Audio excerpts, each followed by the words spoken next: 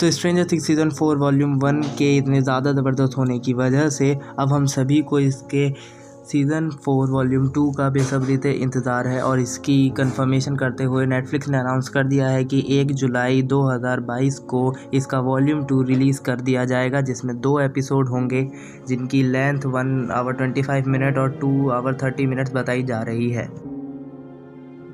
तो बात करते हैं इस वीडियो में सीज़न 4 वॉल्यूम 2 के टीज़र ट्रेलर ब्रेकडाउन के बारे में। So without any further delay let's get started. So teaser की शुरुआत होती है उसी सीन से जो हमने एपिसोड 7 के एंड में भी देखा था, जहां पर 11 ने अपसाइड डाउन का पहली बार गेट खोल दिया था। और यहां पे हमें एक आवाज़ सुनाई देती है कि 11 यू हैव फ्रीड मी। इसका मतलब शायद से वेक्ना 11 को अपने बारे में रियलिटी बता रहा होगा। ये सीन तब का हो सकता है। फिर इसके बाद हमें शॉट दिखता है डॉक्टर ब्रेनर का, जो कि हॉकिंस लैब में ही है, और वो देख रहे हैं कि यहाँ पर कुछ तो हुआ था और गेट अब बंद हो चुका है। इसके बाद हमें शॉट मिलता है नैन्सी, स्टीव और रॉबिन का। इसमें हम देख सकते हैं कि नैन्सी है, इसका मतलब नैन्सी वेक्ना के कर्ज से बाहर आ जाती है, नाइटमेयर से बच जाती है। और यहाँ पर हम सिर्फ 3 लोगों को देख पा रहे हैं, यानी कि स्टीव, रॉबिन और यानी कि जब नैन्सी को वेक्ना ने अपने कर्ज में पकड़ लिया था, तब उसको बचाने के लिए शायद से मेरी थ्योरी के अकॉर्डिंग एडी ने अपना सेक्रीफाइस दिया होगा। क्योंकि अगर आपको याद हो सीज़न 4 के हमने ट्रेलर में ये शॉट देखा था, और इसमें हम क्लियर देख सकते हैं कि एडी अपनी छत पर खड़े होकर गिटार बजा रहा है। फिर हमें शॉट मिलता है ग्रैंडफादर क्लॉक का, जो कि विक्टर क्रील के घर पर ही है। इसका मतलब नैन्सी, स्टीव और रॉबिन विक्टर क्रील के घर पर पहुंच चुके हैं अपसाइड डाउन की दुनिया में, और शायद वहाँ उन्हें वेक्ना भी मिल जाए, क्योंकि हमें पता है कि वेक्ना और कहीं नहीं बल्कि विक्टर क्रील के घर पर ही रहता है। अगले शॉट में हम देखते हैं हॉपर को रशियन लैब में वहाँ से निकलने की कोशिश करते हुए, क्योंकि हमें पता है कि जॉइस ने अब हॉपर को बचा लिया है, तो अब वो वहाँ से निकलकर हॉकिंस में आने की कोशिश करेंगे। और यहाँ पर अगर हम ध्यान से देखें तो रशियंस की लैब में डेमोगॉर्गन है 2, और शायद और भी होंगे। इसका मतलब रशियंस कुछ बड़ा करने की कोशिश कर रहे हैं ज़रूर। फिर हमें शॉट मिलता है डस्टिन और एडी का, जो कि अपसाइड डाउन में एडी के घर पर ही है। अगर ध्यान से देखें तो ये वही जगह है जहाँ पर नैन्सी को वेक्ना ने अपने कर्ज में पकड़ लिया था। फिर अगले शॉट में हम देखते हैं हॉपर और मूरे को उस लैब में जाते हुए। फिर वहाँ पर हमें एक अजीब सा क्रिएचर दिखता है, और ये मेरे को नहीं पता ये क्या है। अगर किसी को पता है तो आप कमेंट में बता सकते हैं। फिर उसके बाद हमें एक शॉट मिलता है स्टीव और नैन्सी का, जो कि रॉबिन को बचा रहे हैं, जिनको वेक्ना के टेंटिकल्स ने पकड़ लिया है।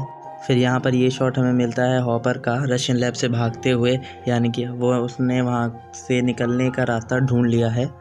फिर हमें ये शॉट मिलता है नैन्सी का रॉबिन को बचाते हुए, जैसे कि मैंने पहले भी अभी एक्सप्लेन कर दिया है।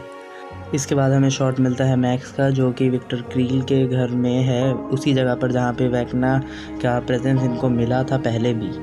हमने मैक्स को ये कहते हुए सुना है कि अगर वो उस गाने से बोर हो गई तो फिर से वेक्ना उस पर हावी हो सकता है, और शायद इस टाइम वेक्ना उस पर हावी हो चुका है, क्योंकि लूकस और डस्टिन सब अपने काम में बिजी हैं। तो फिर इसके बाद हमें ये शॉट मिलता है 11 का, और ये वही जगह है जहाँ पर नीना प्रोजेक्ट है। और अगर आपको याद हो तो मिलिट्री को अब 11 की लोकेशन पता चल चुकी है, और शायद ये सीज़न 4 के ट्रेलर में हमने जो ये शॉट देखा था ये इसी चीज़ का है। इसके बाद शायद 11 को पकड़ने के लिए मिलिट्री फोर्स लेकर आएगी। इसके बाद हमें ये शॉट मिलता है नैन्सी, स्टीव और रॉबिन का, जिनको अब शायद एक गेट मिल चुका है अपसाइड डाउन से रियल वर्ल्ड में आने के लिए, इसलिए हम यहाँ पर एक रेड कलर की लाइट देख सकते हैं। फिर इसके बाद हमें ये शॉट मिलता है मोरे का, जो कि अब मेरे को लगता है अपसाइड डाउन की दुनिया में आ चुके हैं, और उन्हें भी एक गेट मिल चुका है। जैसे कि हमने शायद पोस्टर्स में देखा था, सबके सब जितने भी ग्रुप्स में बटे हुए हैं ये लोग, ये सब एक एक करके इनको एक गेट मिल जाएगा, और ये सब रीयूनाइट होकर वेक्ना को हरा देंगे। इसके बाद हमें लूकस का ये शॉट मिलता है, जिसमें हम क्लियरली देख सकते हैं कि वो किसी से डर रहा है, और ये शायद वो लोग हो सकते हैं जिन्होंने सबको बता दिया है कि हेलफायर क्लब ही इस शहर को श्राप दे रहे हैं या ऐसा कुछ कर रहे हैं, जिससे यहाँ पर बहुत सारी प्रॉब्लम्स आ रही हैं। इसके बाद हमें सीन मिलता है 11 के अपने पावर यूज़ करने का, और हम ये देख सकते हैं कि वो अभी भी नीना प्रोजेक्ट के अंदर ही है, और इसका मतलब जो भी कुछ डॉक्टर ब्रैनर और ओवेंस ने किया उसकी वजह से 11 की पावर वापस आ चुकी है। और ये शॉट हमें मिलता है वैकना का, और फिर उसके बाद हमें मिलता है ये फाइनल शॉट जिसमें हम उसके टारगेट को देख सकते हैं, और सिर्फ पैरों से पता लगाना कि ये कौन है बहुत ज़्यादा मुश्किल है। सो इसके साथ पूरा ट्रेलर ब्रेकडाउन जितना भी मेरे को समझ आ रहा था मैंने वो किया। सो अगर आपको अच्छी लगती है वीडियो तो लाइक करें, अपने दोस्तों के साथ शेयर करें और चैनल को सब्सक्राइब करें।